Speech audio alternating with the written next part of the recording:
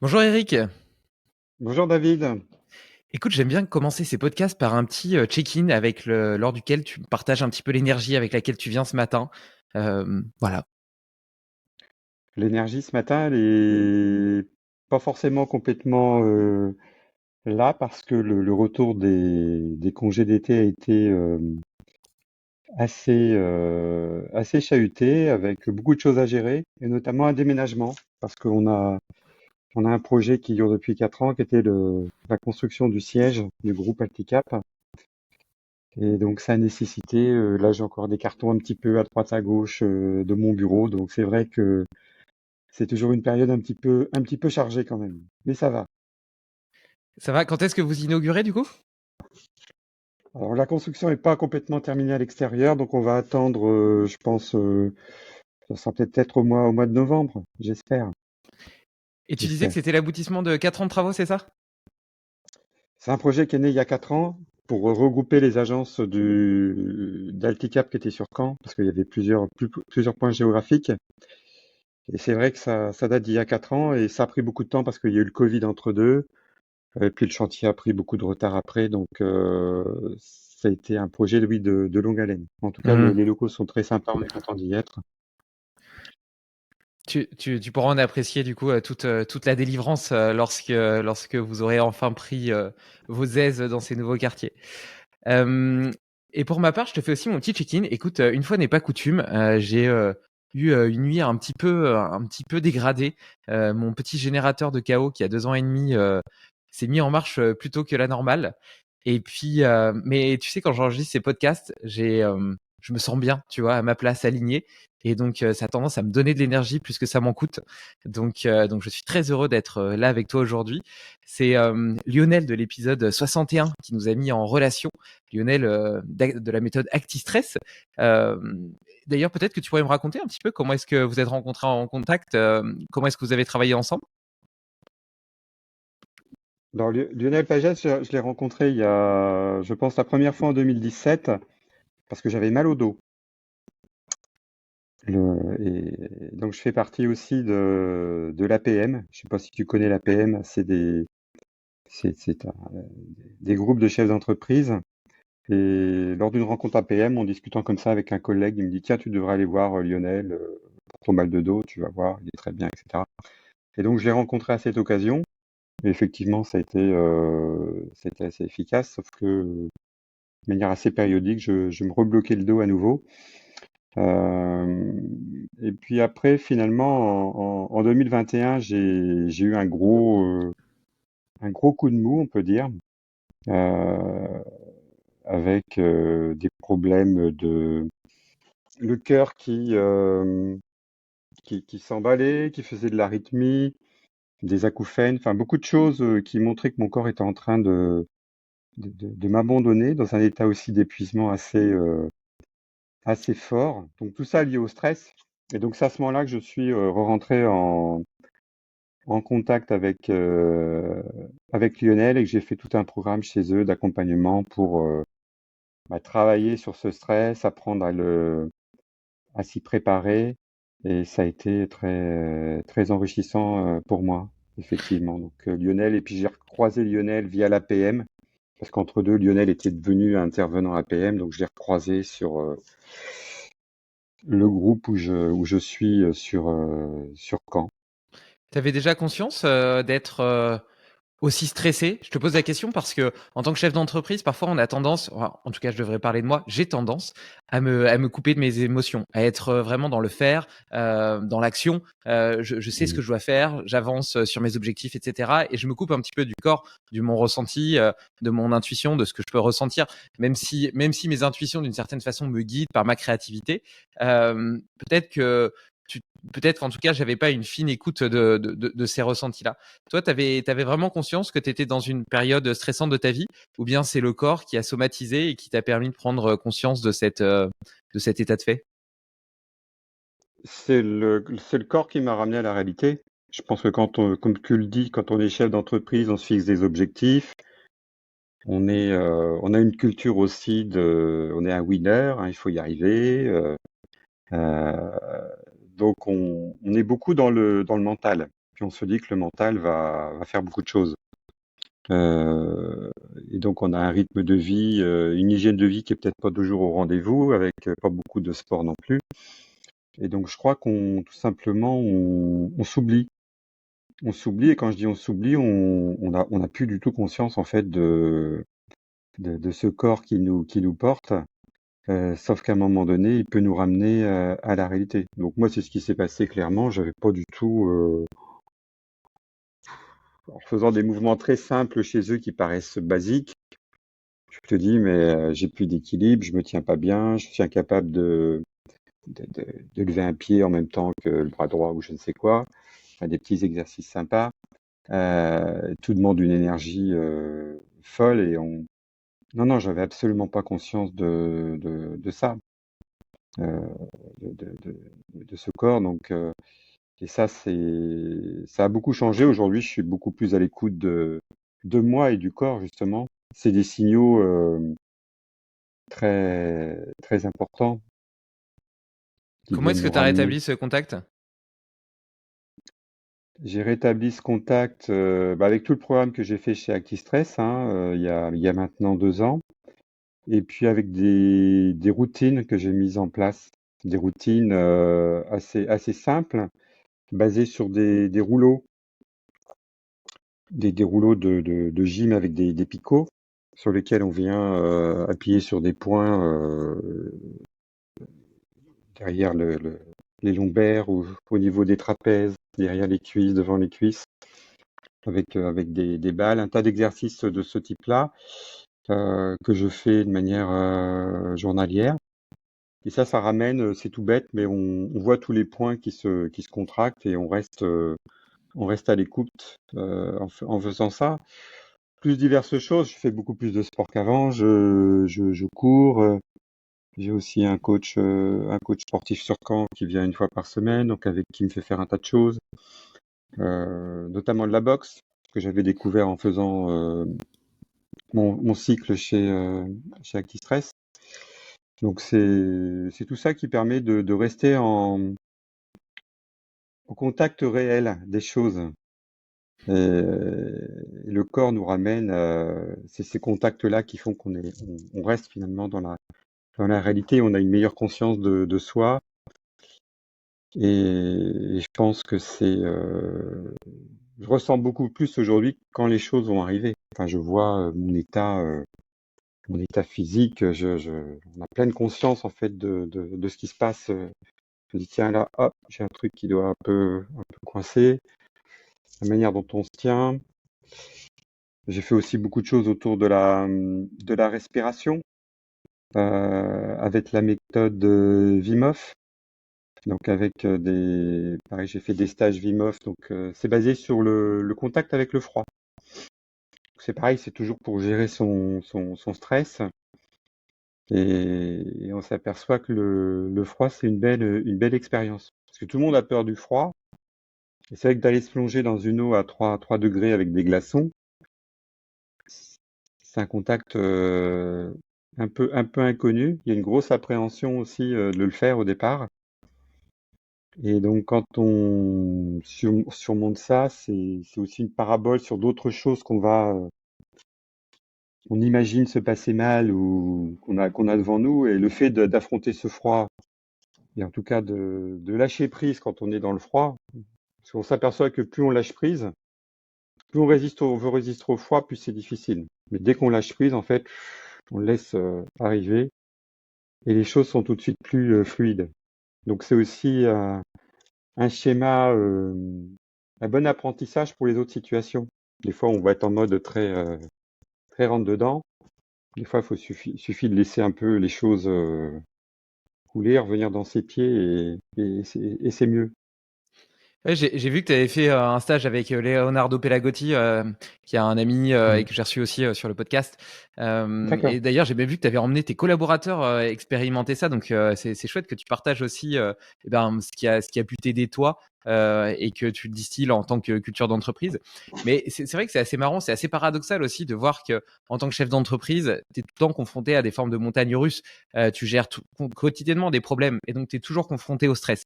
Et donc, tu pourrais t'imaginer que petit à petit, tu développes une forme de capacité surnaturelle à le gérer, alors qu'en réalité, pas forcément. Et d'autant plus, comme tu le dis, le froid nous montre aussi une façon différente de l'appréhender, qui est pas dans l'opposition, mais beaucoup plus dans l'acceptation, dans le fait de trouver du confort dans l'inconfort, et donc de pas rejeter la situation, mais plutôt de l'apprécier, de l'embrasser, de l'aimer.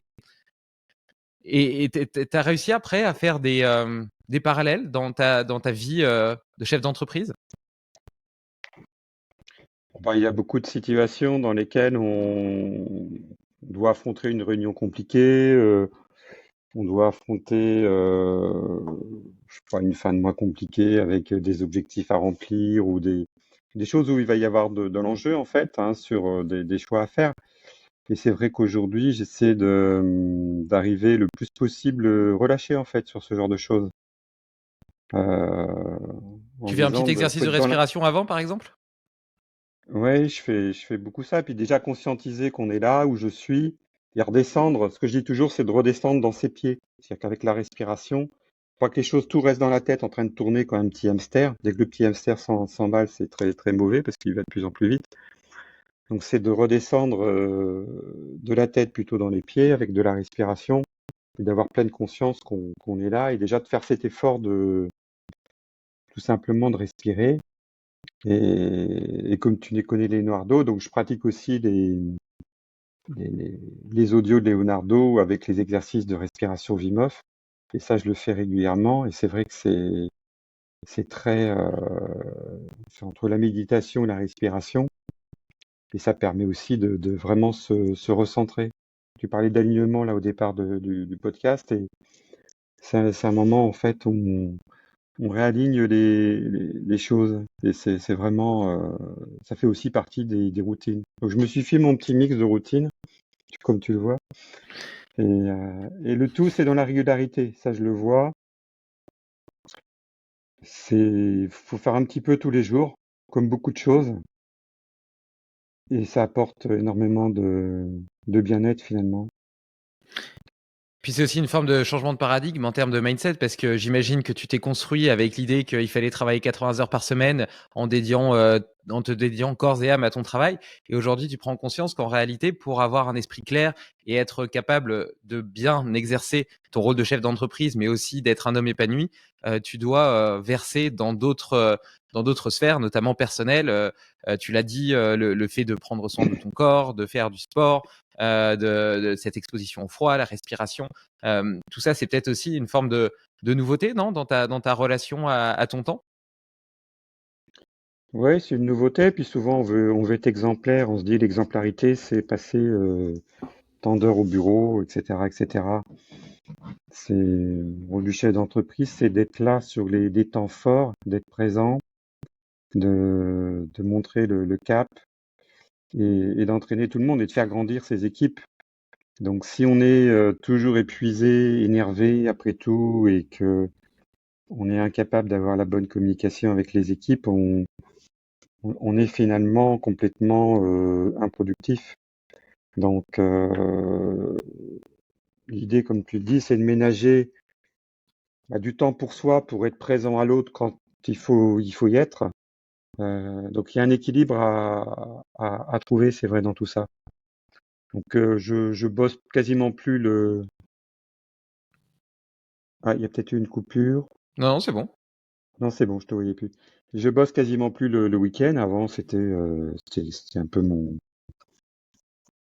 c'était ce qui était fait régulièrement. Donc depuis quelques mois maintenant, il y a eu tout ça, ça a beaucoup changé. Puis j'ai une équipe de managers autour de moi. Tu parlais tout à l'heure du stage que j'ai fait avec le CODIR lors du stage Wim Hof. Donc effectivement, j'avais amené les directeurs d'agence avec moi pour créer ce moment de cohésion et puis qu'eux-mêmes ils apprennent à avoir conscience justement de leur corps, de leur stress, et qu'ils abordent des situations où ils sont dans leur poste de direction avec beaucoup plus de recul, de maturité, sans aller se cramer pour des choses des fois pas si graves que ça. Donc, et qu'ils arrivent à se concentrer sur des choses vraiment importantes, à prendre les bonnes décisions. On va pas prendre des bonnes décisions si on est tout le temps épuisé, énervé, en rage auprès de la terre entière. Donc, c'est toujours l'image aussi du sportif, hein. Vous savez, tu sais, un sportif, qu'est-ce qu'il fait? Il a des matchs à jouer. Entre les matchs, il y a des temps d'entraînement, mais il y a aussi des temps de récupération et de repos. Et si ces vrais temps de récupération, ils sont pas là, euh, c'est mort. C'est mort. Donc, il faut que ça soit intense, repos, intense, repos. Ça sert à rien être capable d'être à 200 à l'heure par moment, mais d'être toujours à 120, c'est pas, ça n'a pas de, ça n'a pas de sens. Faut être capable aussi d'arrêter complètement et de faire des vrais arrêts, des vraies déconnexions. Si partir en vacances, c'est avec ses boîtes mail et puis passer 3 heures sur ses mails et puis 4 heures au téléphone, c'est pas, c'est pas partir en vacances. Moi, mon message d'absence, il est assez simple, hein, c'est auprès de mes équipes, je mets en cas d'urgence, vous m'appelez sur mon portable. Et en fait, les gens s'aperçoivent qu'il y a très peu d'urgence, hein. Ouais. Et je suis quasiment jamais appelé parce que avant d'appeler, ils vont se dire quand même, est-ce que ça, ah oui, ben non, finalement, ça peut attendre. Euh, ou alors on va m'appeler pour me dire qu'il y a un mail important à regarder, sinon j'ai stoppé les mails depuis quelques mois pour justement faire ces vraies coupures. Parce que c'est un vrai sujet, les mails. Enfin, on va pas se lancer là-dessus peut-être, mais c'est la gestion des mails et du temps autour de ça, c'est quand même du lourd. Non, mais clairement, les mails, c'est un vrai sujet. Moi, pour être honnête, j'avais une réelle addiction aux mails, et donc que j'ai essayé de soigner en me disant, je vais les regarder que 2 fois par semaine, 2 après-midi par semaine. Bon, en réalité, j'ai pas tenu longtemps parce que c'était vraiment trop peu et je me laissais submerger. Mais par contre, j'ai quand même gardé l'habitude de ne les regarder que l'après-midi, donc jamais avant midi.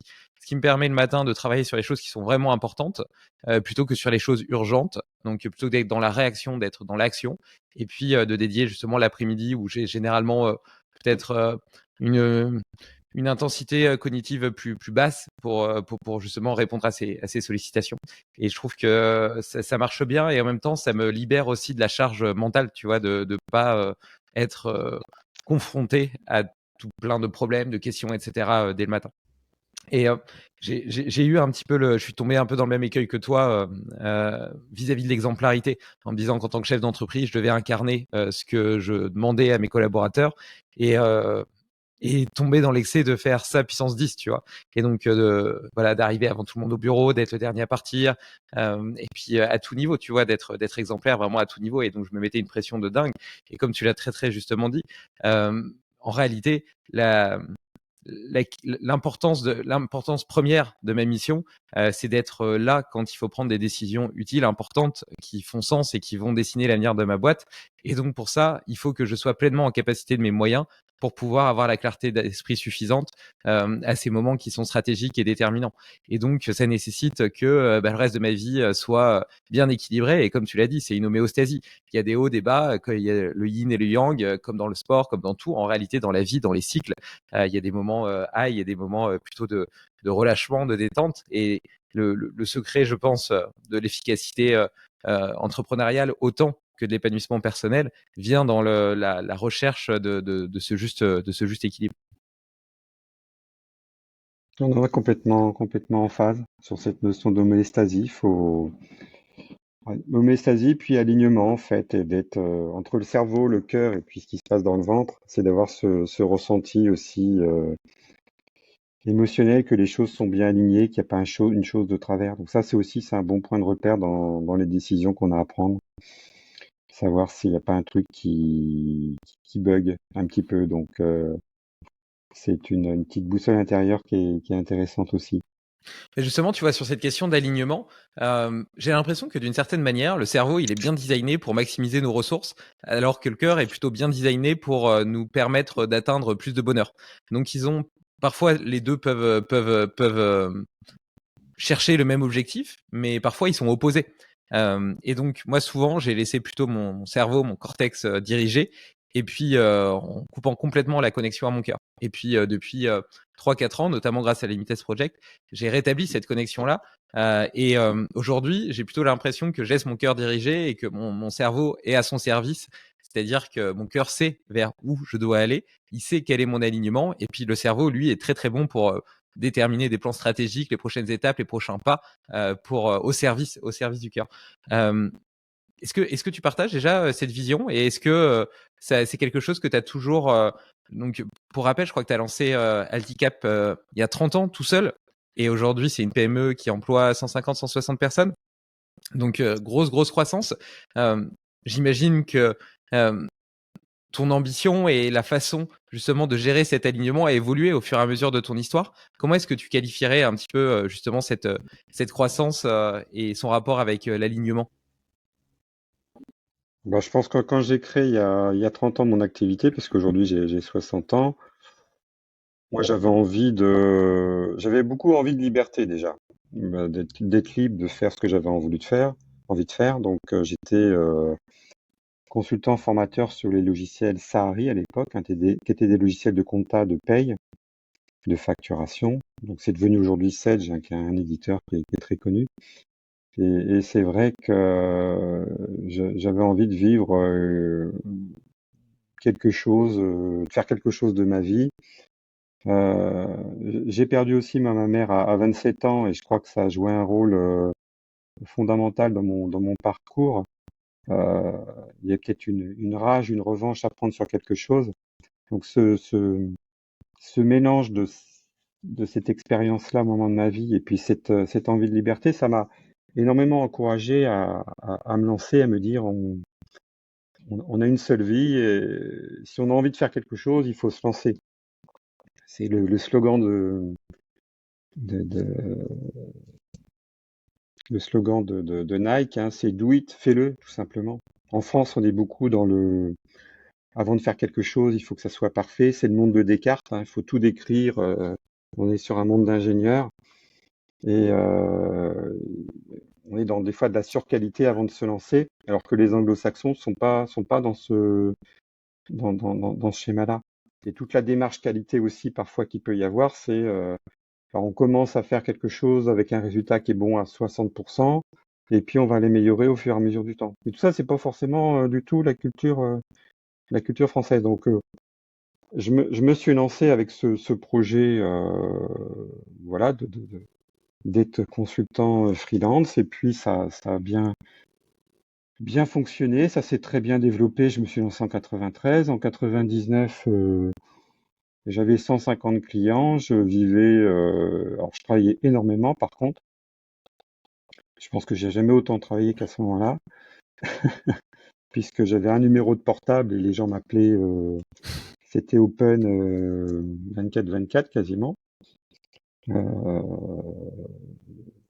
et donc il y a eu ce cap de l'an 2000 où il fallait faire des choix. Il y avait l'an 2000 qui arrivait, l'euro derrière, et puis le partenaire principal qui était Sedge encourageait les revendeurs à se regrouper, à se structurer avec des politiques d'agrément de plus en plus contraignantes, avec des niveaux de chiffre d'affaires. Et donc Alticap s'est créé à ce moment-là avec deux autres associés. Donc on est parti de cette idée assez simple de faire de la qualité auprès de nos clients, de travailler sur le long terme, de pas être des vendeurs de boîtes, en opposition à certaines boîtes d'informatique qui poussent des boîtes et puis qui n'apportaient pas beaucoup de services.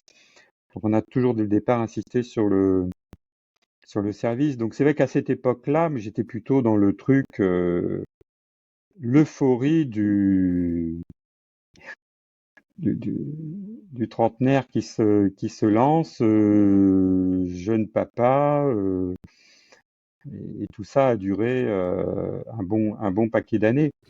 Et puis l'entreprise a grossi, comme tu le disais, elle s'est structurée. Aujourd'hui, on est même 160, 175.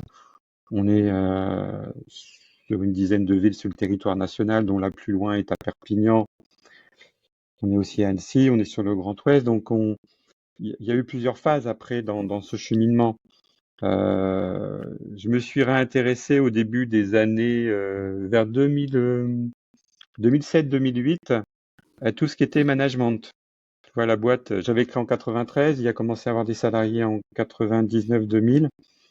Donc, je me suis réintéressé à ces sujets-là parce que je voyais bien qu'il y avait un sujet, au-delà de ma belle énergie pour entraîner tout le monde. euh, Quand on arrive à une boîte même d'une quinzaine de personnes, il commence à y avoir des sujets autour de ça. Et, et après, j'ai ouvert, j'ai commencé à faire des formations. Je me suis intéressé à mon développement, tout ce qui était des formations plutôt sur le développement personnel, comment motiver les gens, comment gérer son temps, son stress, comment gérer les conflits. Enfin, j'ai fait tout ça à l'époque et ça m'a ouvert aussi sur des choses sur lesquelles j'étais pas forcément ouverte. Et c'est vrai que au début des années 2010, 2012, 2013, on a commencé à faire, l'entreprise a grossi, on a fait beaucoup plus de formations. Et tout ça, ça n'a fait que s'accélérer. Après, il y a eu ce qui s'est passé en 2021 où j'avais conscience de choses, me dire bon, faut faire attention à soi, mais je le regardais plutôt dans les bouquins. Et finalement, j'avais des bonnes résolutions qui duraient pas très longtemps, jusqu'à ce que je vois passer de près le fait j'ai pas vraiment enfin, j'étais épuisé.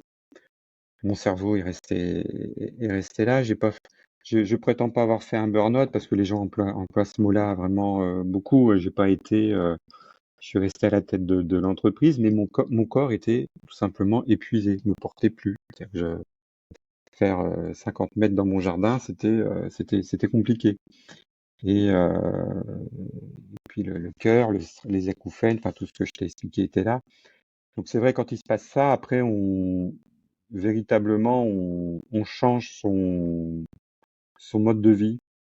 Mais l'être humain est fait comme ça. Je crois qu'il faut avoir le nez dans le mur pour vraiment changer quelque chose. Il faut l'expérimenter, il faut le vivre. Et là, il y a un gros déclic. Sinon, il n'y a pas véritablement de déclic. Donc le gros changement par rapport à avant, oui, c'est la reprise de conscience de son corps physique, d'avoir cette conscience-là, qu'on est présent à soi, cette vision toujours de prendre du recul, et ça passe par le corps. Donc, parce que le mental, on connaît ça depuis longtemps. Donc, c'est lui qui va nous raccrocher. Et puis sur certaines choses, on parlait du cerveau, on parlait du cœur, mais il y a le ventre aussi. On dit souvent que le ventre, c'est le deuxième cerveau. Mais il dit beaucoup de choses, le ventre, sur l'alignement qu'on peut avoir avec nous-mêmes et avec nos propres émotions. Euh, donc c'est véritablement ça qui a changé. Je fais aussi partie de l'APM depuis, j'en ai parlé un petit peu depuis maintenant 7 ou 8 ans. Ça m'a beaucoup enrichi, ce parcours avec d'autres chefs d'entreprise. Et puis avec justement des experts très, très enrichissants sur tout ce qui est développement personnel. Donc ça nous ouvre et on s'aperçoit que nous, chefs d'entreprise, plus on s'ouvre, plus on se remet en question, finalement, plus on va aider nos équipes à grandir. Si on reste fermé sur nous-mêmes, sur les mêmes certitudes et sur les mêmes schémas, on est le principal frein au développement, à mon avis, de nos entreprises. Parce qu'on va vouloir, l'ego est là, on va vouloir tout contrôler, on va vouloir tout maîtriser. Mais non, le truc c'est de s'effacer peu à peu, de faire grandir les autres. Quand il y a des moments charnières, des moments importants, des moments clés, bon il faut être, bien entendu, il faut être très présent, il faut montrer qu'on est là à la barre, mais sinon, faut laisser. Notre rôle, c'est de créer la bonne énergie, de créer la bonne émulation entre les équipes pour que ça fonctionne. Moi, mon parcours, je l'ai fait maintenant. Enfin, je l'ai fait. J'ai pu, oui, avec le Ghost aussi. Bon, oui, mais l'enjeu maintenant, ça sera un enjeu pour moi que l'entreprise perdure, qu'elle soit transmise, euh, après un parcours où il y a eu des moments difficiles, mais je me suis énormément amusé. Souvent, on oublie la notion de plaisir dans l'entreprise. C'est pas un mot qu'on emploie souvent, plaisir, amour. Quand on est dans du sport, il y a l'amour du maillot. On dit jamais les collaborateurs ou très rarement ont l'amour de l'entreprise. C'est un mot qui est banni, mais tu as parlé de cœur tout à l'heure. Je crois que c'est des éléments essentiels. Donc, parler de plaisir déjà quand on bosse ensemble, créer un climat où les gens se font plaisir en travaillant. À mon avis, c'est aussi une des premières missions de chef d'entreprise. C'est c'est pas toujours facile, hein. Il y a un contexte économique qui est là, il y a des relations des fois au travail qui sont compliquées, il y a un climat de plus en plus fou autour de nous, ça c'est certain. Maintenant, les chefs d'entreprise ont un rôle vraiment important autour de ça, à mon avis. Complètement, je partage totalement cette vision, notamment cette vision très organique de l'entreprise, où chaque partie en réalité participe à sa réussite, à la réussite d'un projet commun qui dépasse chacun de ses constituants, et la nécessité pour le chef d'entreprise d'être plutôt le terreau nécessaire à l'émergence de toutes ces parties, plutôt que la tête directrice qui tire tout le monde et puis qui règne du haut de sa pyramide. Mais pour autant, tu vois, tu parles de la notion d'ego et puis de cet alignement du cœur, etc. Et je me dis, pour, je sais pas si c'est une condition sine qua non pour réussir, mais en tout cas, il y a quand même un moment où tu dois incarner ta boîte, où tu dois montrer toute ta confiance, toute ta détermination, notamment pour trouver des partenaires bancaires, pour trouver des clients, pour embarquer des gens autour de toi. Et donc, tout ça nécessite d'une certaine manière de l'ego et puis peut-être aussi de cacher un petit peu tes vulnérabilités. Tu dois te montrer fort pour donner confiance. Et après, je pense que le risque est assez grand de se construire une armure de fer blanc derrière laquelle on se protège et qu'on aura du mal à laisser tomber. Toi, tu as réussi à le faire par justement cette redécouverte de ton corps quelque part, de ton cœur, mais aussi de ton estomac, de tes intestins, comme tu l'as dit. Comment est-ce que ça a fait évoluer ton leadership, ta façon d'incarner le leadership dans ta boîte? Je pense que dès le départ, moi, j'étais quelqu'un d'assez humble. Donc ça, aujourd'hui, on parle beaucoup de l'humilité du dirigeant, mais je pense que ça a fait son succès. Ça m'a pas empêché d'être très déterminé, très persévérant, de faire beaucoup de choses. Donc, je crois que dès le départ, j'ai été comme ça. Donc, tu parlais des partenaires qu'il y a autour de nous. Donc, moi, l'écriture du projet Alticap, elle a toujours été claire dans ma tête. Donc, quand les choses sont claires et puis qu'on annonce des choses et puis qu'elles se réalisent, et puis que l'histoire fait que l'entreprise se développe, on ouvre des agences, on rachète des boîtes, voilà. Donc, je pense que tout ça, ça a donné une assurance qui était déjà là, sans forcément claironner tout le temps. Je suis pas quelqu'un de très paillette, hein, j'ai pas besoin de ça en fait. Mais, mais cette assurance-là, cette posture-là aussi, elle rassure beaucoup de monde. Et puis aujourd'hui, elle est plutôt très à la mode, hein, Bien sûr. quand on voit tout ce qui se passe, hein, toute la littérature qu'il peut y avoir autour de la RSE, autour de la posture du dirigeant, autour des générations Z qui arrivent et puis de la posture du dirigeant par rapport à ces jeunes générations.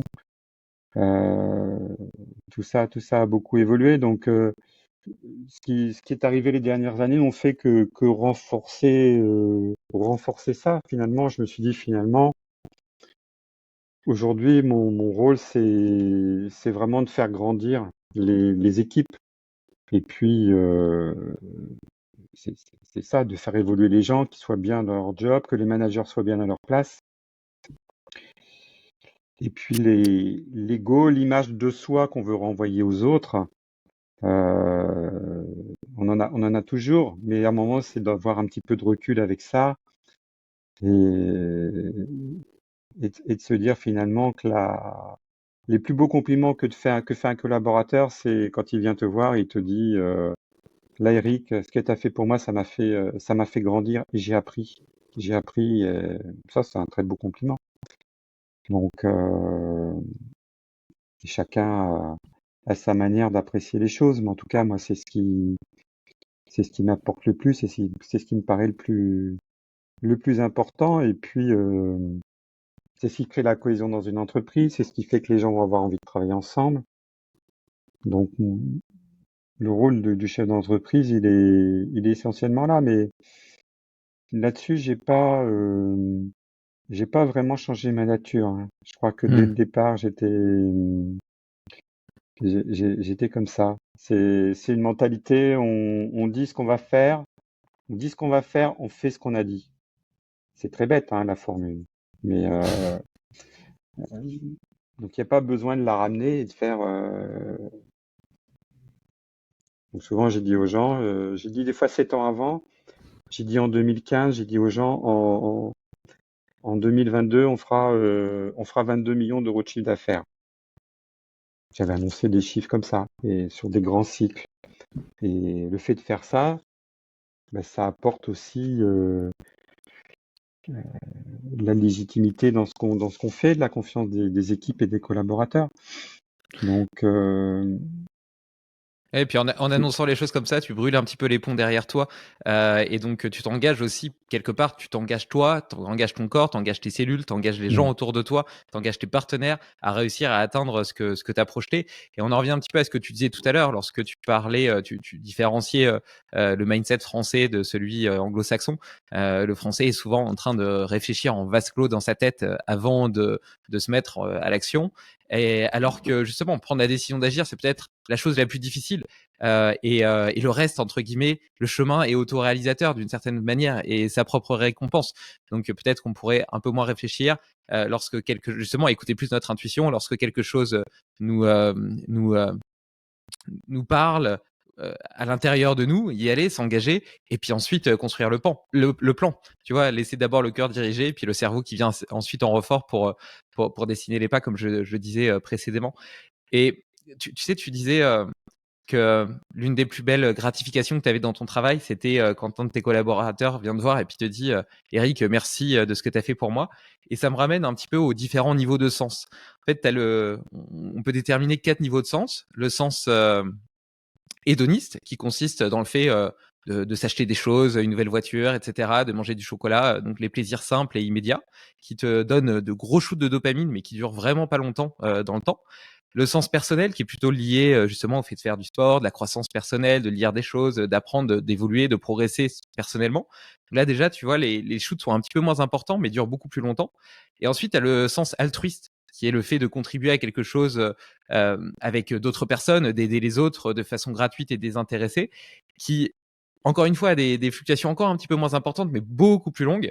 Et enfin, tu as le sens transcendantal, qui est le fait d'avoir la sensation de travailler pour quelque chose qui te dépasse en tant que personne. Et donc là, ça monte encore moins haut, mais c'est très très long en termes de satisfaction, de durée de satisfaction. Ça peut même durer toute une vie. Et probablement que c'est ton cas avec après 30 ans chez Alticap. Et, euh, et peut-être que c'était peut-être pas ton cas, mais j'ai l'impression que dans la façon dont se dessine une réussite entrepreneuriale, au début, tu es peut-être plutôt sur du sens hédoniste et personnel, tu vois, des choses très intrinsèquement liées à toi, au fait de maximiser tes ressources, de gagner plus de clients, de gagner plus d'argent, d'avoir plus de croissance. Et puis, lorsque tu passes ces strates-là, j'ai l'impression que le curseur se déplace beaucoup plus vers le sens altruiste et le sens transcendantal. Comment est-ce que je rends le monde meilleur? Comment est-ce que j'embarque les gens autour de moi et je les aide à s'épanouir en tant que personne et de façon individuelle? Tu partages un petit peu cette évolution?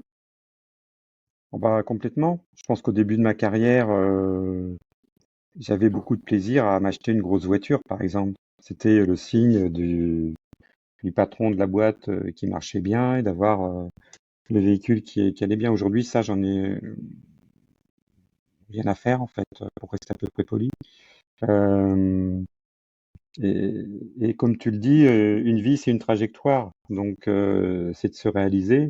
Tu connais la pyramide de Maslow avec les différents étages. Donc, plus on avance aussi dans la vie, plus on voit ce qui est vraiment important. Qu'est-ce qu'on va transmettre, qu'est-ce qu'on va laisser aux autres. Et puis, on, c'est les relations avec les autres qui apportent quelque chose. On n'est pas un ermite dans notre coin. Donc, je pense que oui, aujourd'hui, je suis beaucoup plus préoccupé par l'avenir de l'entreprise et à lui assurer un avenir au-delà de ma propre petite personne.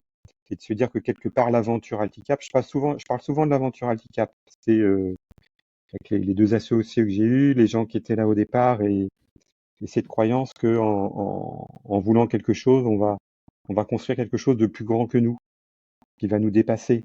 Hein, c'est le 1 plus 1 égale 3. Donc, bien évidemment, je suis complètement en phase avec ça. Et avec cette idée que l'entreprise, elle est avant tout humaine. C'est les relations humaines qui, à l'intérieur, qui vont faire qu'elle va fonctionner. Même si après, il faut des produits, il faut des services, il faut du marketing, il faut du commerce, il faut tout ce qui va bien. Mais si ce socle-là, il n'est pas là, il n'est pas construit, à mon avis, l'entreprise, elle marche moins bien, déjà. Il y a moins d'aboutissements pour tout le monde. Et puis moi, en tant que chef d'entreprise, euh, voilà, c'est vraiment cette idée de construire quelque chose qui va au-delà de sa propre personne. Et c'est une satisfaction intellectuelle, enfin, qui va au-delà de ça. Hein. C'est un bien-être quand on fait ça. On est aligné en fait, tout simplement. C'est pas je vais m'acheter, tiens oui, si je fais ça, je vais m'acheter telle chose, telle chose. Je pense que si j'avais été plus hédoniste, je serais beaucoup plus riche à titre personnel aujourd'hui que je ne suis parce que j'ai toujours beaucoup pris de risques et beaucoup réinvesti dans l'entreprise. Et j'ai aucun regret là-dessus. Euh, Et pour je autant, c'est peut-être rejoins quelque complètement ce que tu dis. Ouais. Ouais, pour autant, c'est peut-être quelque chose qu'il faut explorer, tu vois. Peut-être qu'il faut s'acheter une belle voiture pour s'apercevoir qu'après 3 mois, en réalité, elle nous satisfait pas tant que ça et que c'est pas ça qui est le facteur principal d'épanouissement dans notre vie. Et tu parlais de trajectoire. J'ai la sensation qu'il y a quand même des grandes étapes dans la vie. Tu vois, je dis souvent que les enfants, c'est des éponges. Ils prennent comme modèle tous les gens autour d'eux. Puis après, vers l'adolescence, au début de l'âge adulte, tu multiplies les expériences parce que tu sais pas trop qui tu es et tu as envie de savoir lequel des masques que tu as eu comme exemple tu vas vouloir garder. Vers 30 ans, tu sais un petit peu plus ce vers quoi tu veux tendre. Et puis, comment est-ce que toi, si tu devais donner des noms aux grands chapitres de ta vie ou de la vie de façon générale, comment est-ce que tu la vois s'articuler de l'enfance jusqu'à la mort? L'enfance, c'était joyeux. Joyeux, chaleureux, les copains, beaucoup d'activités, le foot, le sport, l'école de musique. Enfin, une, alors, je pense que je m'ennuyais très vite aussi sur un tas de choses, donc je faisais un tas de trucs. Donc pour moi, c'est joyeux l'enfance. Après la phase du lycée, etc. Pour moi, c'était, je savais vraiment pas faire ce que j'allais faire dans la vie. Je savais pas. J'avais pas d'idée. Il n'y avait pas grand-chose qui m'intéressait, par écouter de la musique. Et puis après, je suis rentré à la fac. Et là, les choses se sont éclaircies. Je me suis intéressé à la gestion d'entreprise. Je trouvais ça intéressant. Donc ça, c'est plutôt une phase on construit un projet de vie, on rencontre sa femme, on va faire des enfants un petit peu après, là, quand j'ai commencé à travailler. Donc c'est une phase où si je devais donner un mot, j'ai dit joyeux. Après c'est construction, mais dans un certain conformisme finalement. On reproduit ce qu'on a connu, hein, des schémas que on connaît bien, et puis on fait les choses pour les autres aussi, au sens pour faire plaisir à ses parents, pour faire plaisir. Enfin, on reproduit des schémas finalement. Et puis c'est vrai que ça dure un bon petit moment, surtout quand tout est aligné, tout marche et puis tout est trop parfait. Et moi je pense qu'à 50 ans, tout était trop parfait en fait. Il se passait plus grand-chose à tous les niveaux. Et à un moment donné, on cherche autre chose. On cherche autre chose et puis je pense que c'était de partir à la découverte de soi-même, tout simplement, à partir de la cinquantaine, de vraiment qui on est. Donc je dirais joyeux, construction et construction vers les autres aussi. Puis après, c'est plutôt la découverte de soi-même pour, euh, pour que tout ça soit cohérent aussi entre ce qu'on dit, ce qu'on fait, ce qu'on pense. Et puis, comme tu disais, essayer d'avoir ce sentiment qu'on fait quelque chose qui va nous dépasser finalement, qui va au-delà de soi. Et quand on a cette perception-là, tout à coup, on est très calme. On n'a pas besoin de s'énerver sur un tas de choses. Ouais, bah, tu différencies ce qui est important de ce qui est urgent en réalité. On en revient à ce qu'on disait un petit peu plus Ouais, tôt sur le sujet. Et ce qui est assez drôle, c'est que tu vois, tu disais que pour toi, l'enfance, c'était joyeux. Il y a cette notion de plaisir.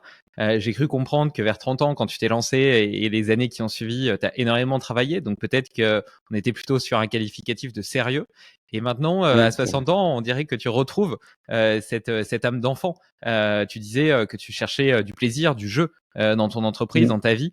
Comment est-ce que ça se traduit? Comment est-ce que déjà, comment est-ce que tu as pris conscience que la vie était peut-être moins sérieuse que ce que tu imaginais, qu'on avait la chance d'être incarné dans un corps pour jouer au grand jeu de la vie et que ça valait le coup de vraiment y jouer? Et comment est-ce que ça se traduit par des actes dans ton quotidien et dans ceux de tes collaborateurs? Mais c'est vrai que la soixantaine, il y a ce côté espiègle qui revient. En fait,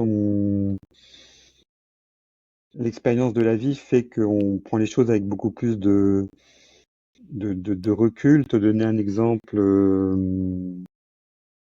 très, très précis comme ça, j'ai- j'ai- j'ai- je retrouve des plaisirs de faire du sport, de faire des trucs un peu marrants, euh, mais avec une insouciance. En fait, on retrouve une certaine insouciance. Parce qu'on se dit finalement que l'horizon devant nous, on a construit les choses, beaucoup de choses ont été construites. J'ai eu deux grands enfants qui travaillent avec moi. Enfin, on a accompli énormément de choses. Et donc là, on se dit maintenant, ce qui reste, c'est du pur plaisir. Il faut que ce soit ça. Et on a déjà fait beaucoup de choses. Donc, on- pour les collaborateurs, là, on a l'immeuble qu'on a fait là, il est vraiment très agréable. C'est un immeuble RSE. On a fait vraiment des espaces très conviviaux à l'intérieur. On essaie que ça soit vraiment très très sympa pour y vivre. Après, on a une plateforme aussi qui s'appelle TeamViewer en interne qui permet aux collaborateurs de monter des projets ensemble. Donc c'est l'entreprise qui donne une somme d'argent et puis là c'est les collaborateurs qui vont dire tiens on va faire des cours de cuisine, on va faire une course à pied, c'est l'entreprise qui permet de financer tout ça. On va faire venir quelqu'un qui va faire des massages du cou, donc enfin, des trapèzes ou du dos. Donc on fait beaucoup de choses de ce type-là. En tout cas, on a ouvert la possibilité aux gens de le faire. Mais, mais c'est vrai que cette phase-là, j'en discutais avec des amis l'autre jour, là, cette phase d'avoir 60 ans, il y a ce côté, j'ai 20 ans. C'était marrant dans la discussion. Et c'est ce qui ressortait. Oui. En fait, on a envie de se faire des petits week-ends, des trucs, des machins, penser à ses vacances, donc voir les copains, donc profiter vraiment de ça et des gens qui sont autour de nous et pas forcément être toujours les 7 jours de la semaine sur le travail et puis pas partir en vacances ou très peu, pas déconnecter. Là, je repars en vacances en Crète pour tout te dire le 18 octobre pendant une semaine. Donc voilà, je fais ce genre de petites choses sympas. Donc faut privilégier tout ça, à mon avis. Et pas remettre à demain. On va avoir une dure vie de labeur, on remet toujours à demain. Et puis hélas, moi j'ai vu des gens autour de moi, à peine à la retraite, ils ont eu une grave maladie, et là ils sont décédés, donc faut pas remettre à demain. Faut prendre les choses quand elles sont là, quand elles sont dans le présent, et, et en avoir pleine conscience. Il y a des choses, non, il faut pas les remettre à demain. Pourquoi? Pourquoi les remettre à demain? Donc tu as envie de descendre au Pays Basque dans une semaine ou faire je sais quoi, rencontrer des amis ou autre, bah, il faut juste s'organiser et puis profiter de ces moments-là. Donc, et pas tout faire forcément pour des choses matérielles. Et surtout, c'est ce qu'on disait au début du podcast, avoir toutes ces routines de physique autour du corps pour rester connecté. C'est super important de rester connecté à soi, à la terre, aux autres, et pas être dans cette espèce de truc complètement virtuel où on prend toujours plein de flèches, on est sur ses mails, on est dans la surréaction de beaucoup de choses, mais on surréagit à tout. Il y a plus d'échelle dans ce qui est important et ce qui est pas important. Donc, à mon avis, c'est des éléments très très importants. Oui. Complètement, tu prêches un convaincu. La première chose que je fais le matin, c'est toujours une petite routine de mobilité qui dure entre 5 et 15 minutes selon le temps que j'ai à dispo. Et ça me permet vraiment, d'une part, de me réveiller, mais aussi de me connecter au corps, de me connecter à des choses tangibles, tu vois, à mes sensations internes. Et franchement, outre le fait d'avoir des avantages en termes de mobilité, de réduction des raideurs, des douleurs de dos que je pouvais avoir, etc. C'est vraiment une façon de me sentir conscient et présent pour ma journée, là où par le passé, j'ai pu les traverser parfois sans même les voir passer. Je trouve que cette notion d'insouciance, elle est vachement intéressante et j'aimerais revenir sur deux, trois points, notamment le fait que tu dis il faut pas remettre les choses à demain. Est-ce que tu penses que parce que là tu la vis aujourd'hui cette insouciance, tu as remis aujourd'hui de la joie et du plaisir, de l'amusement dans ta vie. Est-ce que tu penses que tu aurais pu avoir cette compréhension à 30 ans et vivre déjà cet équilibre à ce moment-là, ou est-ce que tu penses que ça aurait été incompatible avec ta réussite? En gros, est-ce qu'il faut se sacrifier pour réussir, selon toi? Pas facile, hein? Ouais, pas facile ta question là. Je pense qu'il y a un moment, quand on lance une entreprise, il y a énormément de temps à y passer. Parce qu'on bah, on est seul au départ. J'étais seul, donc on fait tout quoi. Il faut aller à la poste, faut faire ses factures, il y a quand même une partie de sacrifice mais qu'on vit pas comme un sacrifice parce qu'on est dans son projet. On Oui, est tout à fait. complètement emporté par son projet, mais c'est quand même des sacrifices sur la vie de famille, sur du temps qu'on passe avec ses enfants, sur beaucoup de choses. Et l'entreprise, elle est au cœur de la vie de la famille. J'ai des grands-enfants, on en parle encore assez souvent, mais l'entreprise a été le cinquième membre de la famille.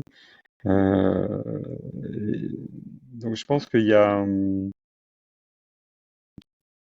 quelque part, oui, je pense qu'il y a une espèce de sacrifice. On met beaucoup sur sa vie professionnelle. C'est une fois que à mon avis, c'est une fois que l'entreprise a grossi, qu'elle s'organise, qu'il y a un management qui est constitué, là où le dirigeant, il peut s'occuper. Euh, le rôle du dirigeant, finalement, ça serait de s'occuper plutôt des actionnaires de l'entreprise. Je vais peut-être te choquer, mais quelque part, s'occuper des clients, des fournisseurs, des salariés.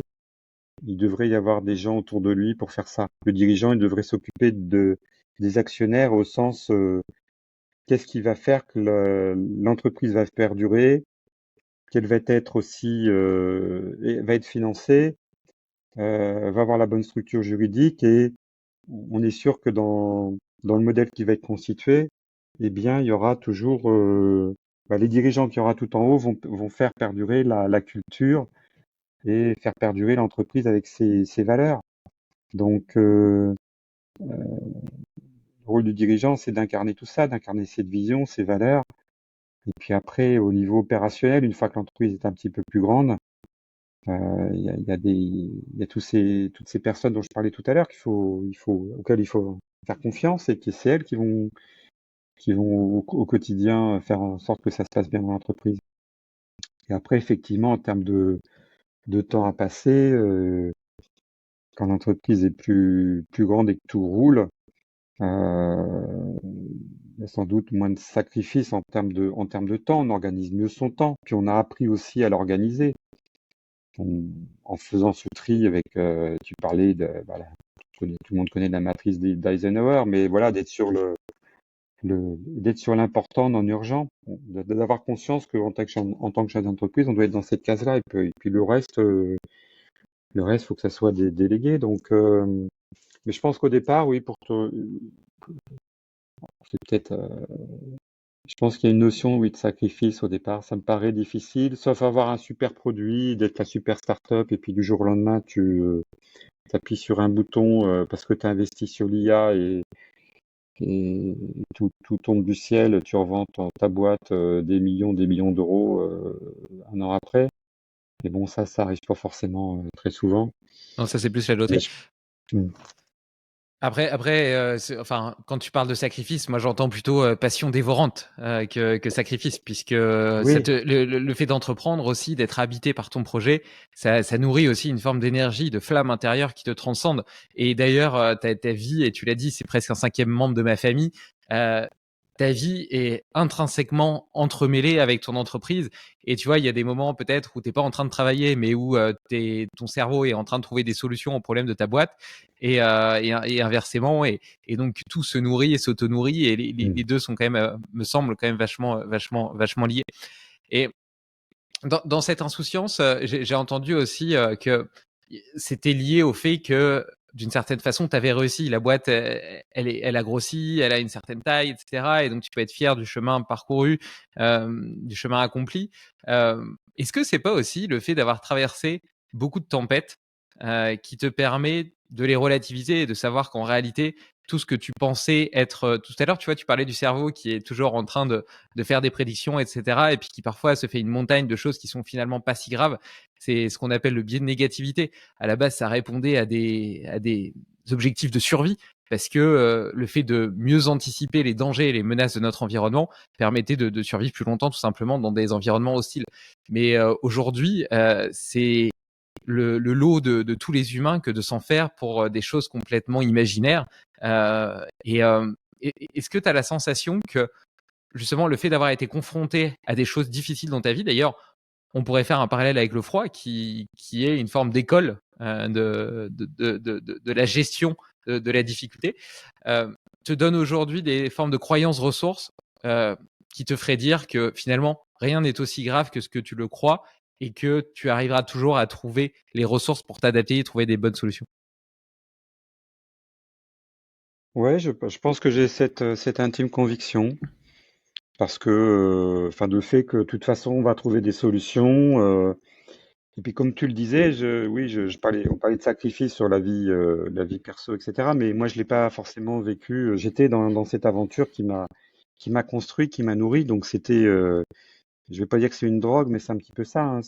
Quand ça se développe bien, que tu sens, c'est comme du surf, hein. Il y a le vent sont favorables, tu te fais plaisir. Enfin, il y a pas de, mais tu es sur la mer, t'es pas avec ta famille qui est sur le bord de la plage. Donc, c'est dans ce sens-là que je disais sacrifice, effectivement. Mais et puis après, les différentes phases qu'a traversé l'entreprise, que j'ai traversé à titre perso, bah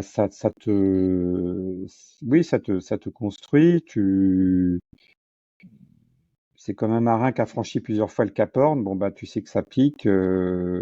Si tu dois le refranchir, tu te dis oui, ça va sans doute repiquer, mais je pense que tu le fais différemment. Tu le fais différemment parce que tu t'en fais moins et surtout tu te dis il va falloir que je sois présent au bon moment. Ça sert à rien de brûler du gaz avant. Il faut se préparer à être présent au bon moment. Donc Mm. et donc c'est avec les routines, en prenant soin de soi, en étant présent à soi.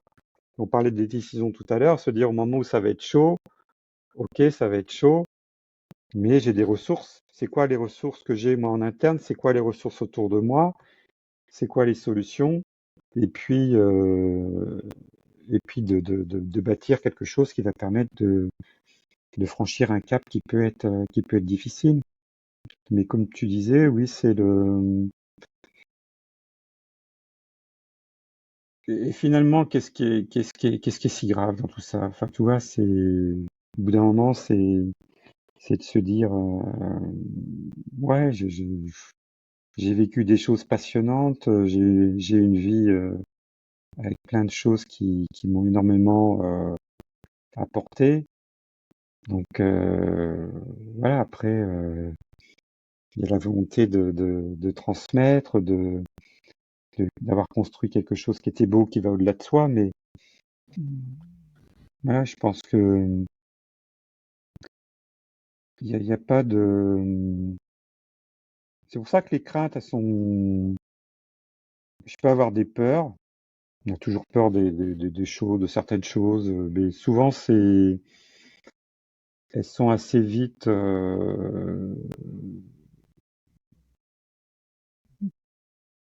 C'est tout bête, mais on dit la peur n'évite pas le danger. Hein, c'est très. L'expression elle est un peu con, mais elle veut dire ce qu'elle veut dire. Mmh. C'est-à-dire que de toute façon, il va falloir être présent dans les situations qu'il faut gérer. Donc, et il va falloir être bon à ce moment-là. Donc, non, non, pas de. Et justement, tu vois, la peur n'arrête pas le danger, c'est clair et en même temps, on la ressent quand même, dans ces moments où ça a été chaud, dans ces moments où tu as eu peur, dans ces moments où parfois peut-être tu t'es senti submergé. Comment est-ce que tu es arrivé à faire face, plutôt est-ce que tu avais des routines ou des habitudes qui te permettaient de retrouver du calme, de la clarté, pour justement être présent? Ou bien, Bah, tu manageais ça à vue, et puis, tu faisais le dos rond et non, bah, je pense que moi j'aime bien le contact aussi avec la nature. Donc le fait de se faire des choses assez simples. J'ai fait pas mal de trek, hein, la rando, des treks. Je suis allé dans des pays sympas, le Népal, etc. Donc tout ça, ça permet de vraiment de se ressourcer, de faire des belles coupures. Et quand je fais ça, je me ressource véritablement. La montagne, la mer, plus la montagne. Mais c'est des choses qui font que on reprend de l'énergie, on se reconnecte à soi. Et ça, j'ai commencé à le faire il y a déjà maintenant une quinzaine d'années. Donc oui, j'avais 45 ans à peu près. Puis au début, c'était des choses assez simples. C'était se retrouver en famille, voir des amis, partir en vacances, privilégier des temps de vacances dans des endroits très sympas, ça, c'est certain. Euh, mais pas forcément. J'ai arrêté le sport. J'ai arrêté le sport. J'avais 25 ans en fait. Je faisais du foot, du tennis, un tas de choses. Après, j'ai un peu tout laissé tomber et je refais beaucoup plus de sport maintenant, comme quand j'étais jeune finalement. Donc,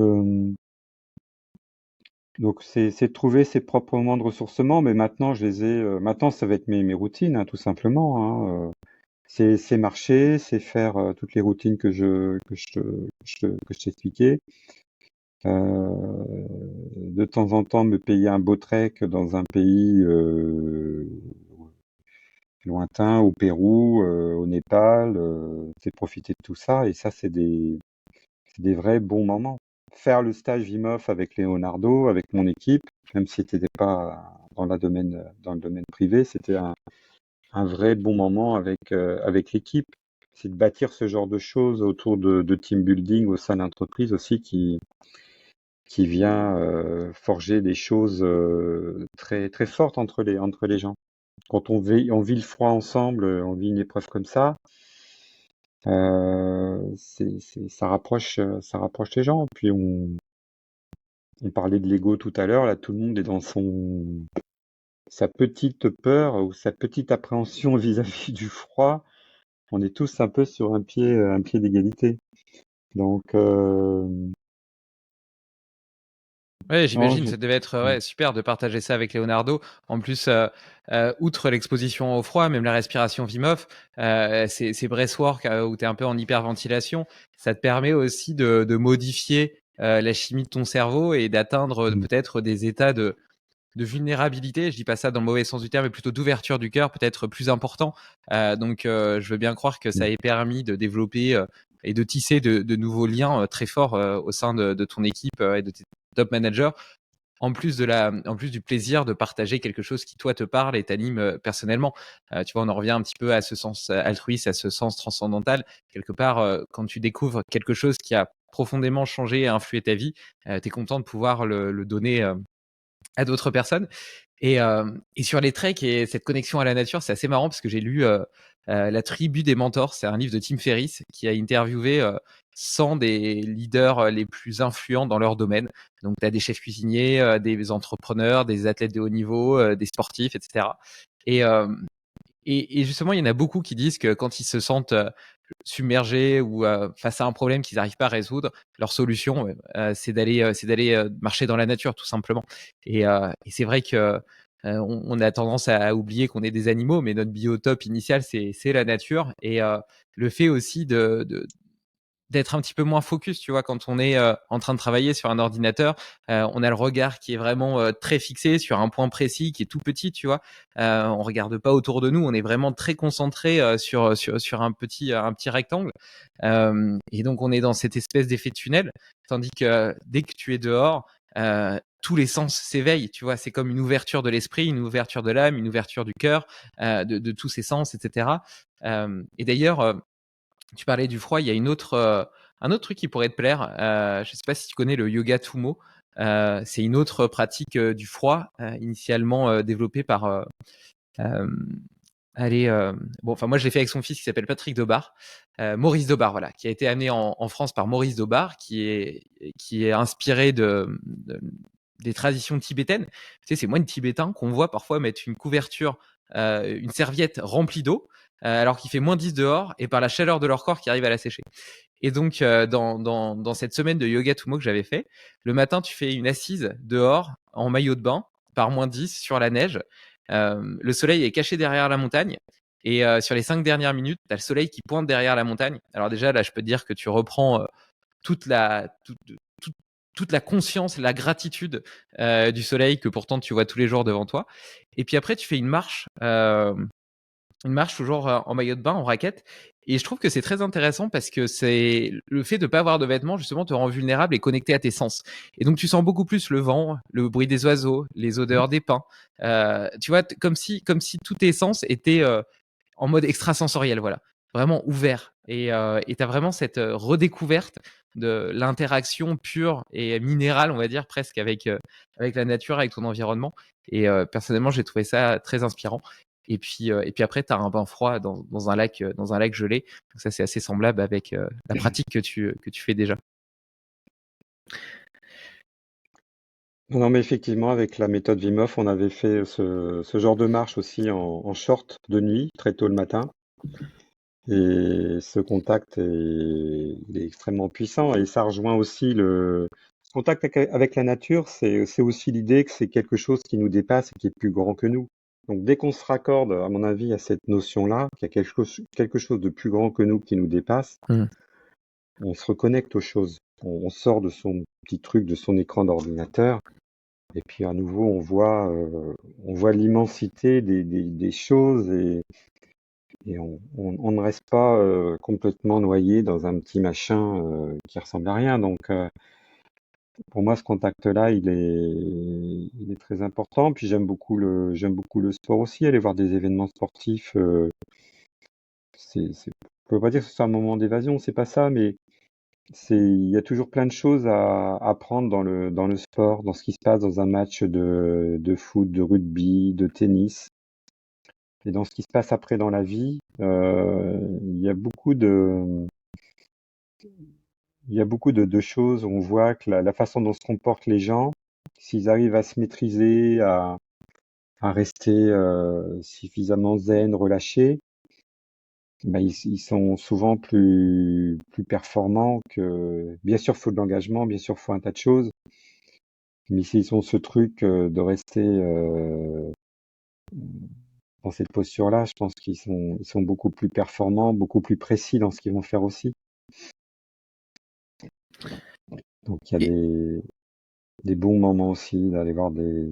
J'ai vu le match d'ouverture là de la Coupe du Monde France-Nouvelle-Zélande, c'était un super bon moment. Donc ça j'aime bien ce genre de moment aussi intense dans un stade. Ça c'est bien, c'est des bonnes sensations qui sont complètement différentes, mais que j'apprécie aussi. que tu partages avec tes enfants? Bah là j'étais dans le domaine professionnel en fait, j'étais invité j'étais pas avec mes enfants, non, non, pas cette fois-là. Et pas mal de matchs avec mon fils où il y a d'autres occasions, ouais, qui aime bien le sport aussi. Qu'est-ce que, qu'est-ce que tu as essayé de leur transmettre? Si de ton expérience, il y avait 1, 2 ou 3 messages vraiment fondamentaux que tu aimerais transmettre à tes enfants et aux auditeurs qui nous écoutent, quels seraient-ils?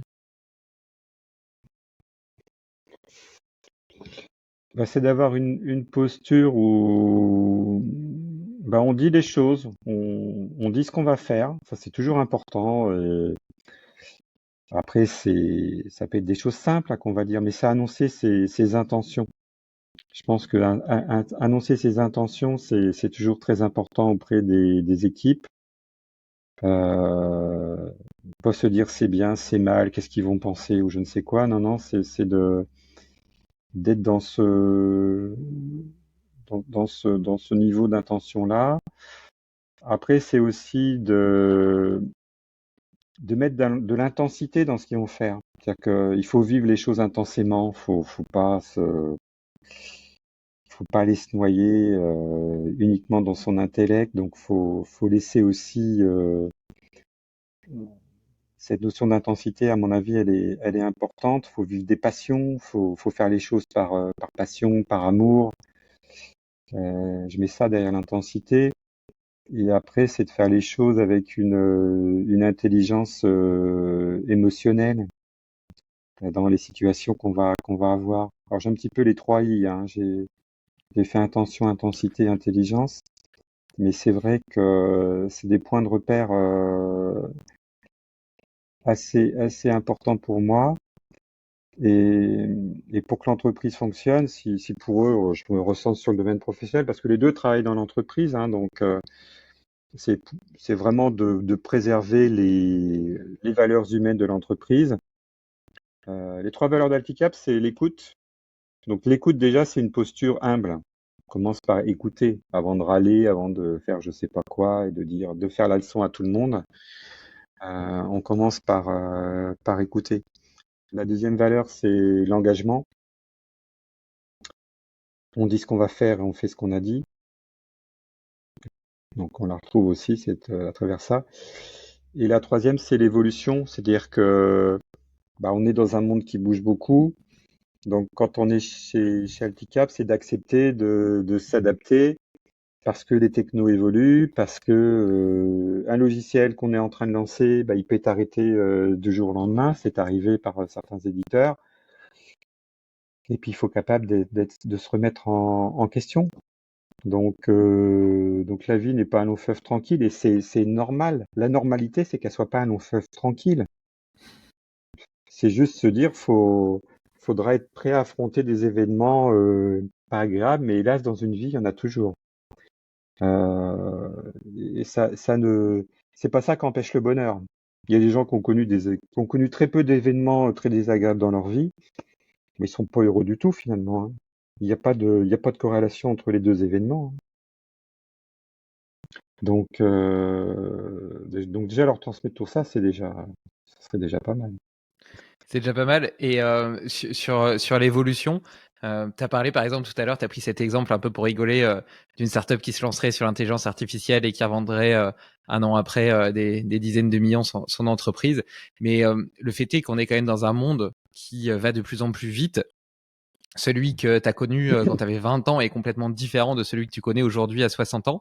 Et pour autant, j'ai l'impression que la société, d'une certaine façon, nous pousse à nous hyper spécialiser. On valorise très très Mm. fortement le fait de devenir expert de son domaine et on a tendance à dire que la curiosité est un vilain défaut. Or, si tu t'hyper spécialises, ben, potentiellement, tu prends aussi le risque de plus du tout comprendre le monde dans lequel tu vas vivre 20 ans, 30 ans plus tard. Comment est-ce que toi, tu as cultiver cette curiosité et cette notion d'évolution qui fait partie des valeurs fondatrices de la culture de ton entreprise? Comment est-ce que tu progresses? Comment est-ce que tu restes curieux? Ah bah, moi, le fait d'être à l'APM, j'en parle assez souvent, mais ça Ouais. m'a énormément apporté, hein. C'est l'association du progrès par le management. Donc ça a été créé par le patron de Sodexo, Pierre Belon, il y a très longtemps. Et le constat, c'était que le développement de l'entreprise va passer par le développement du chef d'entreprise et que le chef d'entreprise doit se remettre en question. Donc je sais que c'est rendez-vous à l'APM avec Donc le premier mardi de chaque mois l'après-midi, c'est des rendez-vous très, très intéressants parce qu'on a des experts sur énormément de domaines. Ça peut être des domaines de culture générale, ça peut être des domaines beaucoup plus sur l'entreprise, des domaines sur le développement personnel. Donc c'est vraiment des rencontres très, très enrichissantes. Et on y pratique aussi ce qu'on appelle des codev. Donc c'est quoi un codev? C'est que il y a un client. Donc le client, il arrive avec une problématique. Donc on est un groupe, on est 6 ou 7 par exemple. Et son sujet, il a un sujet avec, je sais pas quoi, moi, avec un de ses associés, avec un salarié, une question sur le développement de son entreprise. En tout cas, quelque chose qui le gratte très fort et dont il peut parler avec personne, ou en tout cas pas avec les personnes de son entourage.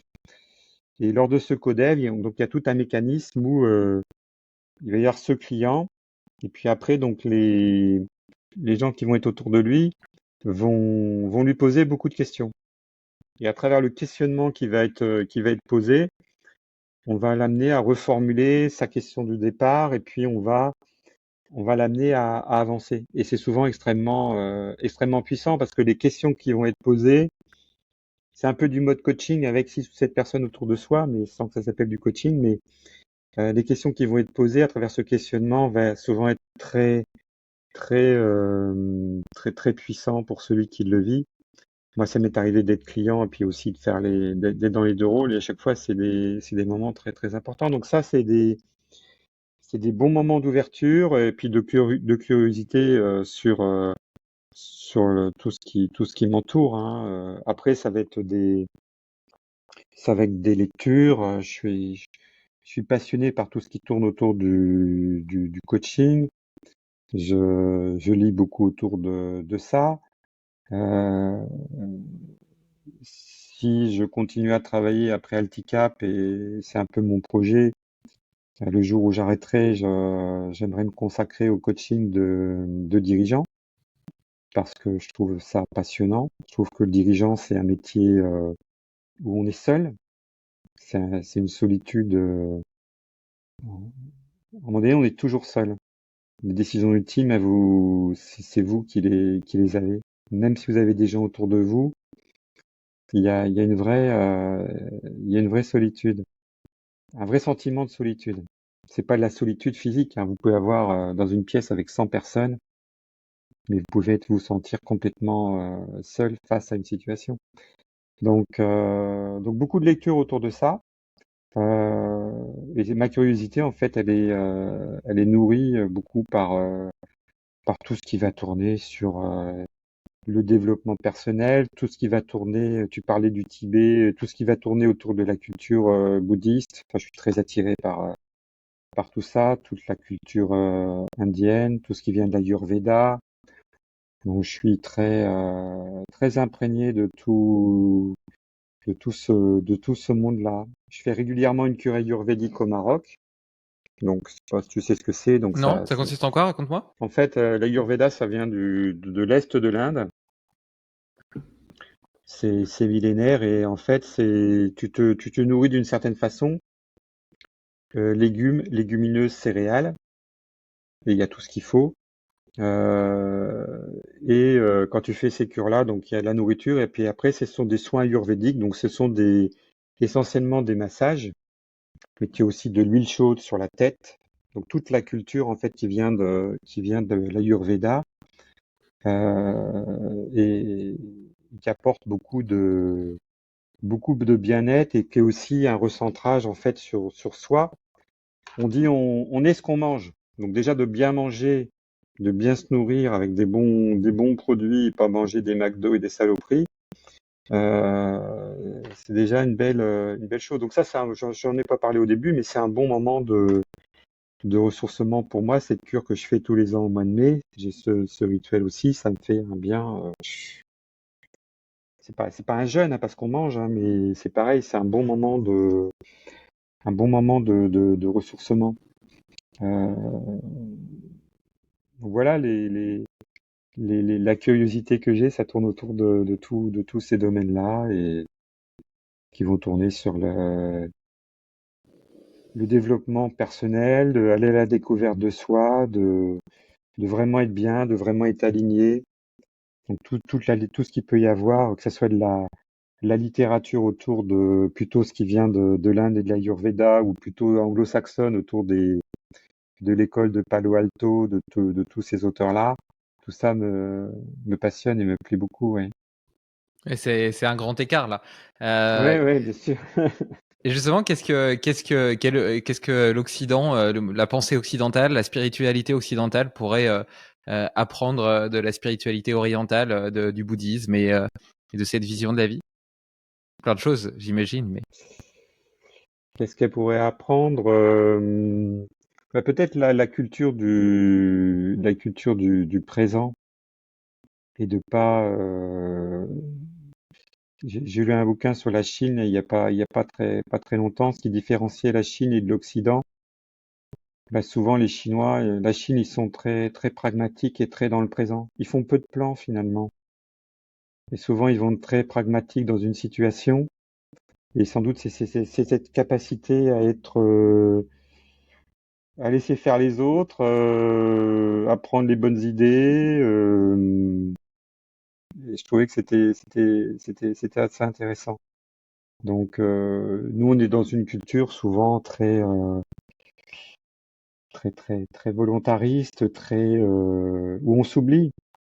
En fait, le corps, tout ce qui est corps dans la culture occidentale, il est complètement oublié. C'est pas beau, c'est sale, enfin, il y a pas d'histoire de corps, il y a que la France, c'est les Lumières, c'est l'esprit des ouais. Lumières, mais il y a très peu autour du corps, autour de beaucoup de choses. Beaucoup beaucoup de choses viennent de l'Asie, à mon avis. La Et de Palo conscience de Alto? ça vient. Alors Palo Alto, c'est beaucoup d'auteurs en fait, sur le coaching, qui ont écrit, enfin quasiment beaucoup de choses viennent de cette école-là sur c'est quoi le coaching, et c'est venu en France dans les années 70. Mais c'est ces écoles-là qui ont influencé tout ce qui est le coaching actuel vient de là-bas en fait. Donc bah, c'est pareil, c'est plutôt la culture anglo-saxonne, et c'est le questionnement. C'est beaucoup de choses autour du questionnement, se poser les bonnes questions. Donc c'est de la prise de recul. Et c'est beaucoup de choses autour du psy, parce que c'est pas coach, il y a une frontière avec tout ce qui est psy, mais quelque part on vient quand même beaucoup toucher à des choses qui vont toucher le psy, le mental, les émotions. On va beaucoup parler des croyances, des valeurs, des émotions, des besoins de la personne. Donc tout ça rejoint quelque part le sujet de prise de conscience du dirigeant, de qui il est, de qui il est vraiment, d'aller à la découverte de lui-même. Où est son ego dans tout ça? Où est sa solitude? Donc beaucoup de choses autour de ça en fait dans cette école-là. Donc tout ça m'intéresse, et souvent les auteurs anglo-saxons m'intéressent.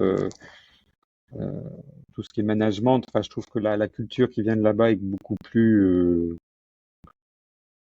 intéressante que ce qui a été écrit en France. Enfin, dans ce que j'ai appris quand j'étais étudiant, ce qui était intéressant venait plutôt du monde anglo-saxon. Nous, en France, il y avait on est plus sur l'administration. Le grand auteur français, c'était Fayolle, Henri Fayolle. Il a écrit sur l'organisation des mines, mais c'est des. Alors, il n'y a pas eu que lui, je sais, mais souvent, on est quand même on est beaucoup dans cette culture-là. Mmh. Et tu Pas, prends tu t'aménages toi des temps, pour toi justement pour faire cette introspection, des sortes de bilans personnels, hebdomadaires, mensuels, pour, réfléchir à ton action, à ta vie?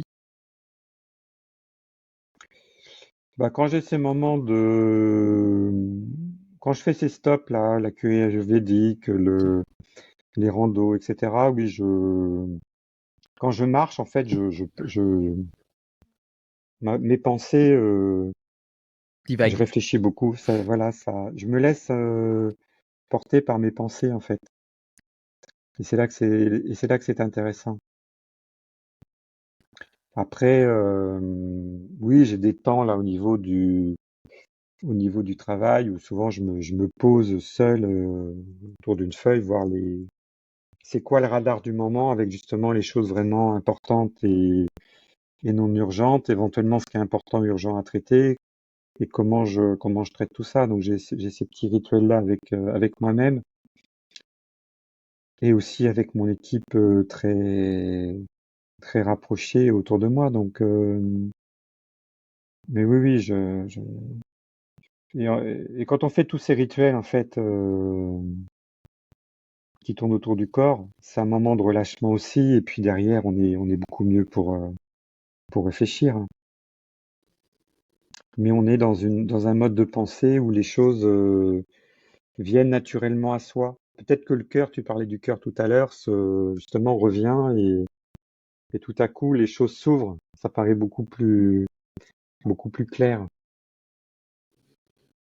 Et justement, à la lumière de cette clarté, ça veut dire quoi pour toi réussir sa vie? Tu as déjà donné pas mal d'éléments de réponse dans cet échange, mais tu as 60 ans, tu es père de famille, Mhm. tu es dans une phase de transition où tu veux laisser la direction, j'ai l'impression, d'handicap à tes enfants, et puis toi peut-être te diriger vers le coaching. Au vu de ton expérience, de ton parcours, de ta trajectoire, tu définirais comment aujourd'hui le fait de réussir sa vie? Bah, c'est d'avoir le sentiment profond qu'on est soi-même, cette conscience de soi et on est aligné avec ça.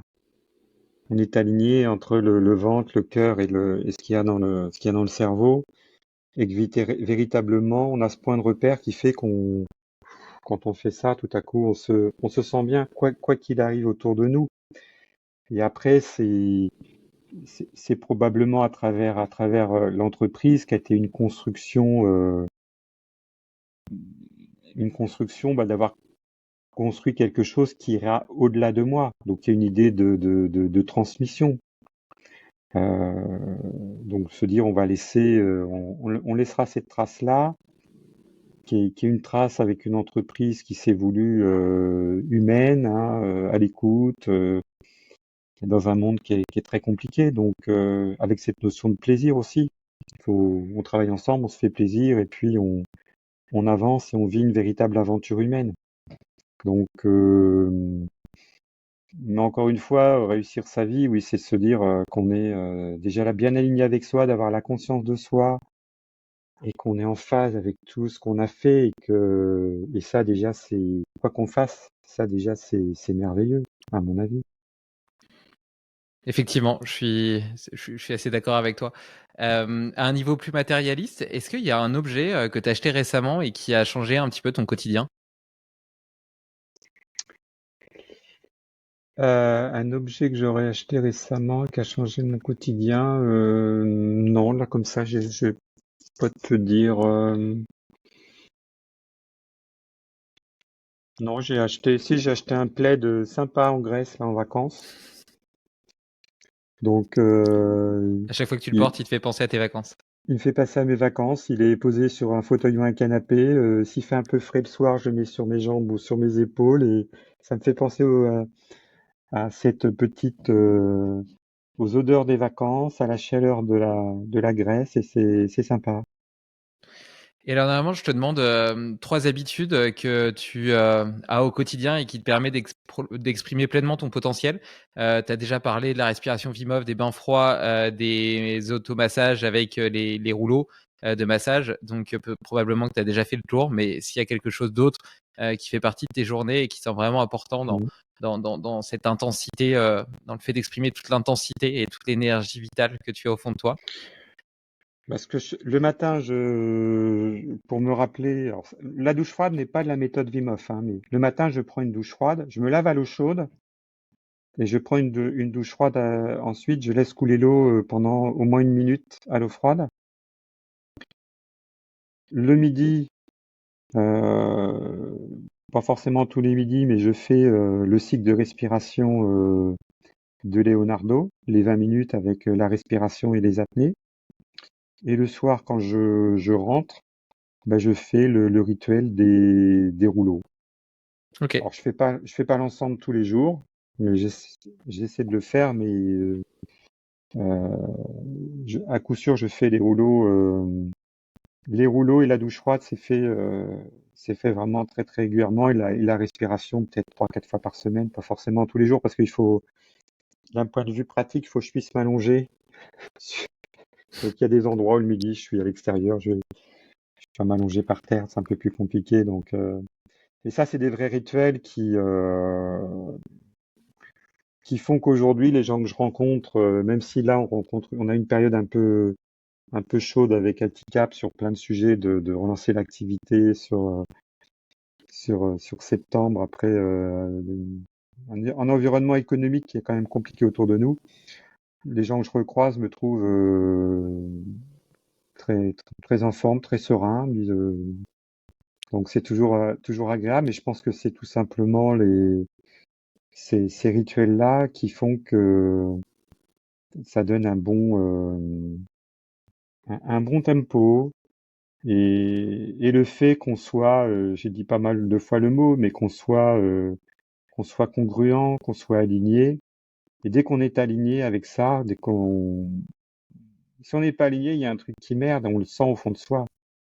On le sent au fond de soi. Et dès qu'il y a cet alignement entre le corps et l'esprit, l'homéostasie dont tu parlais tout à l'heure, je pense que le reste, on se dit, mais le reste, on va l'embrasser, le reste. On va l'embrasser. On va, on va, on va tout simplement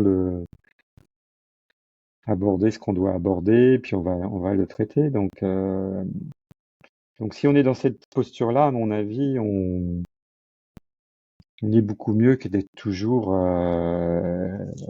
sur une espèce d'accélérateur. On va dire qu'est-ce qui va se passer, qu'est-ce qui va se passer, toujours en mode comme ça, et c'est insupportable pour soi et pour les autres. Hmm. Ouais, c'est très inspirant. T'aurais un défi à donner à nos auditeurs pour les 15 jours à venir? Quelque chose qu'ils pourraient faire une fois ou bien tous les jours et qui leur permettrait probablement de découvrir une nouvelle facette de leur vie, de leur personnalité, de leur énergie. Alors moi, je leur conseille la douche froide, parce que ça, tout le monde, il y a besoin d'aucun matériel, là. Ça peut être possible, ça peut être mis en action très vite. Et il suffit, alors pour que ça devienne vraiment une routine, il faut le faire 60 jours. Euh, pour que ça ait une vraie efficacité. On Et nous a vraiment, menti du coup avec les 21 jours? ouais, à mon Arnaque. avis, les 21, c'est de l'arnaque, ouais. Alors, il y a un débat là-dessus, mais pour avoir eu divers experts sur le sujet, euh, vraiment, les habitudes s'ancrent au bout de 60 jours. Donc, c'est de faire ça, et parce que ça apporte vraiment dès le matin, on se connecte bien à soi-même dès le matin. Et tu parlais, toi, tout à l'heure de tes façons de travailler entre le matin et l'après-midi, que le matin, tu te concentrais sur les choses importantes. Enfin, quand tu démarres la matinée comme ça, déjà, tu crées, tu te reconnectes bien. Et donc, je fais ça, moi, depuis 2 ans maintenant. Tous les matins, sauf de rares exceptions où ça peut lieu, mais sinon, c'est vraiment quasiment tous les matins. Donc, bon courage à tous pour la douche froide, alors. Ouais, carrément. Moi, je suis aussi un adepte, tu prêches un convaincu, je suis un adepte du froid, d'abord des douches froides et puis maintenant j'ai la chance d'habiter au bord du lac Léman et donc Ah tous ouais. les matins avant de démarrer ma journée, je vais me baigner dans le lac. Alors Ah bah, évidemment, c'est encore l'été, c'est mieux. pas c'est pas hyper challengeant, mais là, elle commence à diminuer un petit peu et puis, quand on va arriver un petit peu plus dans l'hiver, elle descendra à 8 degrés. Donc Mhm. là, ça commencera à ressembler à quelque chose. Il y a un prochain invité que tu aimerais entendre sur Limitless Project pour parler de potentiel humain? Eh ben, écoute, as-tu Romain Vandendorp? Ça ne me dit rien. Ben, Romain Vandendorp, Qui qui est est-il? justement, ben, lui, c'est le record du monde du froid. Il reste dans la glace pendant plusieurs heures. D'accord. Et c'est aussi un expert autour des neurosciences. Ok, super. Donc moi, je l'ai rencontré lors d'un séminaire APM. Et puis après, j'ai revu aussi chez Alticap. Et il est vraiment passionnant. D'accord. Tu pourrais nous Et mettre en relation? ouais, bien sûr, bien Cool. sûr. Je vais faire un mail et je vous mets en relation. Et Merveilleux. Romain va intervenir à la réunion annuelle Alticap. Je fais toujours la réunion annuelle le 12 octobre. Donc moi, j'interviens à peu près 1 heure. Et à chaque fois, je fais venir un expert sur une thématique. Et il va venir parler de neurosciences. OK, bah, hyper intéressant. Voilà. Comment est-ce qu'on fait pour te suivre? Est-ce que tu partages tes actus quelque part? Si on a envie de te contacter, d'échanger avec toi, de se faire coacher? Bah, le mieux, c'est de me contacter sur LinkedIn. Après, il y a mon email, hein, si les gens veulent. Mais Non, je mais suis plutôt actif sur LinkedIn. Je suis voilà, je pas mettrai sur ton profil les. LinkedIn. Ouais, je suis plutôt LinkedIn. Je suis pas sur les autres réseaux. Enfin, je suis essentiellement sur LinkedIn. Oui, c'est plus OK, facile. très bien. Bah, je mettrai le lien dans l'article lié. En écho au petit check-in qu'on a fait en début de podcast, je te propose de faire un petit check-out et me dire comment est-ce que tu te sens maintenant? Bah, je me sens très bien. Je suis arrivé, je te l'ai dit, j'étais un peu fatigué ce matin. Et c'est vrai que de reparcourir tout ce qu'on a parcouru, ça apporte beaucoup de satisfaction et puis d'apaisement. Donc merci à toi, David. Merci beaucoup. Mais c'est moi qui te remercie, Eric. Tu sais, en tant que je suis jeune chef d'entreprise. Pour autant, j'ai toujours été entrepreneur, donc j'ai déjà eu mon lot de réussites et d'échecs. Mais tu vois, je suis vraiment dans cette phase de transition grâce à une forme de sérendipité d'ailleurs. Tu vois, un petit peu comme toi sur ton chemin où tu pensais pas forcément tomber sur ce côté conscient, spirituel, cœur, etc., alignement. Eh bien, ça s'est imposé à toi. Moi, quand j'ai lancé l'Imitest Project au début, je cherchais les meilleurs hacks pour rendre le corps humain plus efficace, plus efficient, pour être une meilleure machine.